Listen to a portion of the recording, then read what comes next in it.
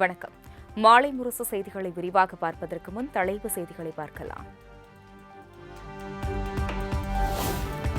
அனைத்து சட்டமன்ற உறுப்பினர்களுக்கும் அரசு சார்பில் வாகனம் வழங்கப்படும். வாகனத்திற்கு ஓட்டுநர், எரிபொருள், வாகன பராமரிப்பு உள்ளிட்ட செலவினங்களுக்காக மாதம் 75,000 ரூபாய் வாகனப்படியாக வழங்கப்படும் எனவும் முதலமைச்சர் விஜய் அறிவிப்பு.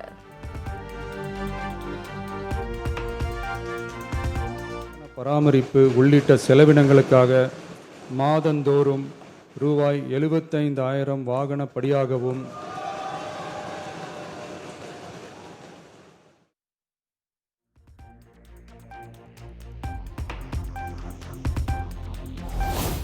முதல்வரின் மருத்துவ காப்பீடு தொகை ஆண்டிற்கு 5 லட்சம் ரூபாயிலிருந்து 25 லட்சம் ரூபாயாக உயர்த்தப்படும்.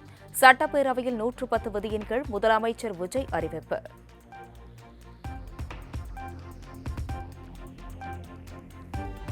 மருத்துவ காப்பீட்டு திட்டத்தின் இலவச மருத்துவ சிகிச்சைக்கான மருத்துவ காப்பீட்டுத் தொகை ஆண்டொன்றுக்கு தற்போதுள்ள 5 லட்சத்திலிருந்து ரூபாய் 25 லட்சமாக உயர்த்தப்படும்.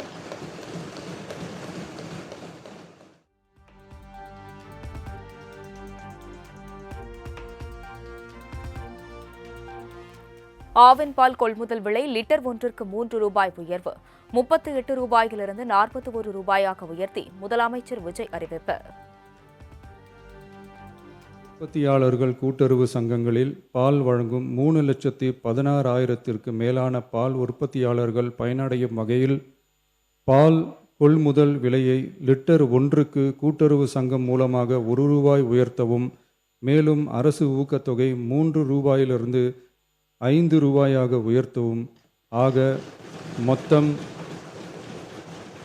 1 லிட்டர் கொள்முதல் விலை 38 ரூபாயிலிருந்து 41 ரூபாயாக உயர்த்த அரசு முடிவு செய்துள்ளது.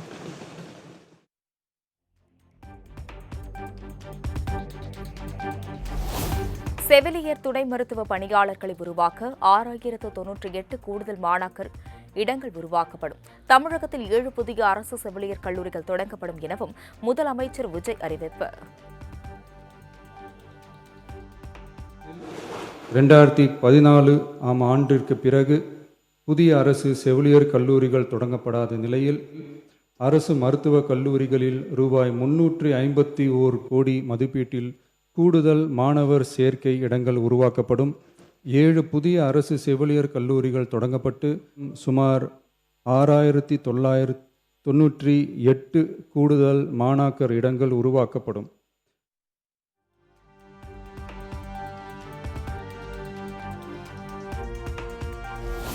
சென்னை பெரம்பூரில் 300 கோடி ரூபாயில் பன்னோக்கு உயர் சிறப்பு மருத்துவமனை அமைக்கப்படும். சட்டப்பேரவையில் 110 விதியின் கீழ் முதலமைச்சர் விஜய் அறிவிப்பு. உயர்தர மருத்துவ சேவை எளிதில் கிடைக்கும் வகையில் பெரம்பூரில் ரூபாய் 300 கோடி மதிப்பீட்டில் 400 படுக்கைகள் கொண்ட உலக தரத்திலான பன்னோக்கு உயர் சிறப்பு மருத்துவமனை அமைக்கப்படும்.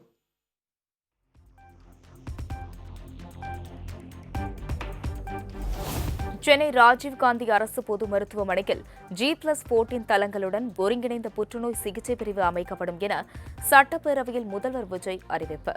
மதுரை ராஜாஜி மருத்துவமனையில் G+8 தளங்களுடன் மண்டல புற்றுநோய் மையம் தொடங்கப்படும் எனவும் 110 விதியின் கீழ் அறிவிப்பு.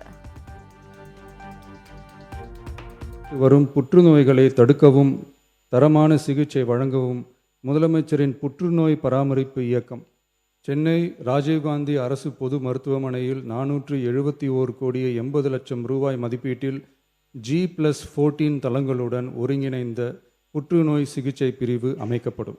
மதுரை ராஜாஜி மருத்துவமனையில் ரூபாய் 84 கோடியில் G+8 தளங்களுடன் மண்டல புற்றுநோய் மையம் தொடங்கப்படும்.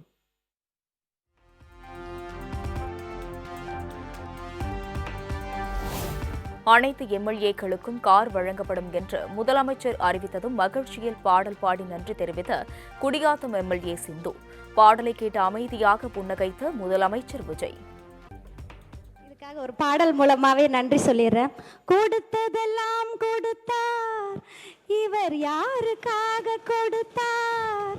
ஒருத்தருக்காக கொடுத்தார், இல்லை ஊருக்காக கொடுத்தார்.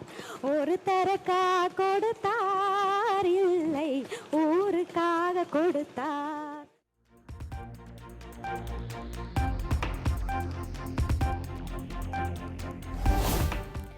கொடுக்கிற காரை இன்னோவா காராக கொடுத்தால் நன்றாக இருக்கும். சட்டப்பேரவையில் எம்எல்ஏ சண்முகன் பேச்சால் அவையில் சிரிப்பலை. நேர்மை, மக்கள் நலம் ஆகிய மூன்றின் அடிப்படையில் தமிழகத்தை தாங்கி பிடிக்கின்ற முதல்வர் நமக்கு கிடைத்திருக்கின்றார்கள் என்ற பெருமையோடு அவர்களுக்கு எனது நன்றியை தெரிவித்துக் கொள்கின்றேன். கொடுக்கிற காரை இன்னோவா காராக கொடுத்தால் நன்றாக இருக்கும் என்று பின்னால் இருக்கின்ற உறுப்பினர்கள் சொல்லுகின்றார்கள்.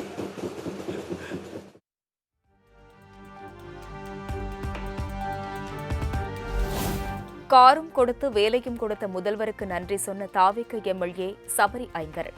திரும்பி பார்த்து முதல்வர் விஜய் கொடுத்த ரியாக்ஷன். கல்லூரி படிக்கும்போது காதல் தோல்வி, வேலையும் இல்லை காரும் இல்லை. இன்னைக்கு வேலையும் கொடுத்துருக்காரு தலைவர், காரும் கொடுத்துருக்காரு. ஸோ ரொம்ப ரொம்ப நன்றியை தெரிவிச்சுக்கிறேன். ஏன்னா நான் ட்ரெயினில் தான் வரேன் அங்கேருந்து இங்கே உள்ள ஆட்டோவில் உள்ளே வரும்போதெல்லாம் ஒவ்வொரு தடவையும் காவலர் பணியாளர்கள்லாம் கேட்பாங்க, யார் நீங்கள் எம்எல்ஏன்னு சொல்லுவேன். ஐடி கார்டெலாம் எடுத்து காமிச்சாலும் நம்ப மாட்டாங்க. ஸோ அதனால் இன்றைக்கி 2 விஷயத்தில் நாங்கள் ரொம்ப மகிழ்வாக இருக்கோம்.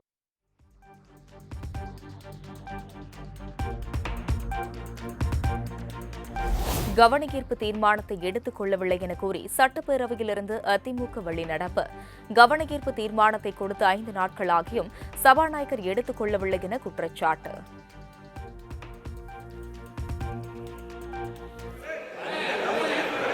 உட்காருங்க. சரி,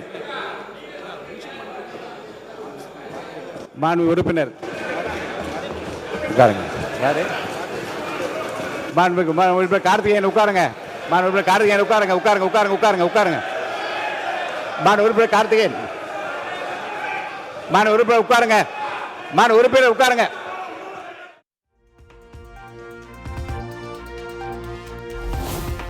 சவுதி அரேபியாவில் சுட்டுக் கொல்லப்பட்ட தமிழக மீனவரின் உடலை சொந்த ஊர் கொண்டுவர நடவடிக்கை தேவை என வெளிநடப்பு செய்த எடப்பாடி பழனிசாமி வலியுறுத்தல். தமிழக மீனவர் பிரச்சினை விட வேறு எதுவும் முக்கிய பிரச்சினை இல்லை எனவும் எடப்பாடி பழனிசாமி காட்டம்.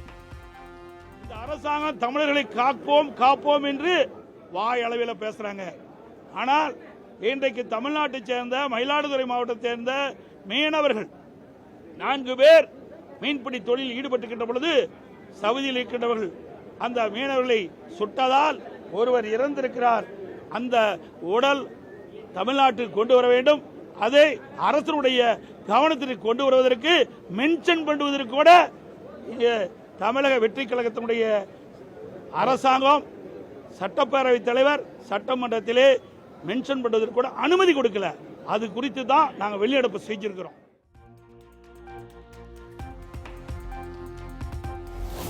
திமுக ஆட்சியில் ஏற்கனவே வீடு உள்ளவர்களுக்கு மீண்டும் வீடு வழங்கும் திட்டத்தில் வீடு வழங்கப்பட்டுள்ளதாக அமைச்சர் என் ஆனந்த் குற்றச்சாட்டு. தேவைப்பட்டால் பட்டியலை வழங்கவும் தயார் எனவும் அறிவிப்பு. 8 லட்சம் வீடு நீங்கள் லிஸ்ட் எடுத்தேன்னு சொல்கிறீங்க. உண்மையாக சொல்ல போனான்னு அதில் பல தவறுகள் நடந்திருக்கிறது என்பதை திட்டவட்டமாக நான் தெரிவித்துக் கொள்கிறேன். வீடு இல்லாதவங்களுக்கு தான் நம்ம அந்த வீடு கட்டும் திட்டம். வீடு வச்சிருக்கிறவங்களுக்கே நீங்கள் வீடை கொடுத்துருங்க. அது நீங்கள் கேட்டிங்கன்னா நான் அந்த லிஸ்ட்டு கொடுத்துட்றேன்.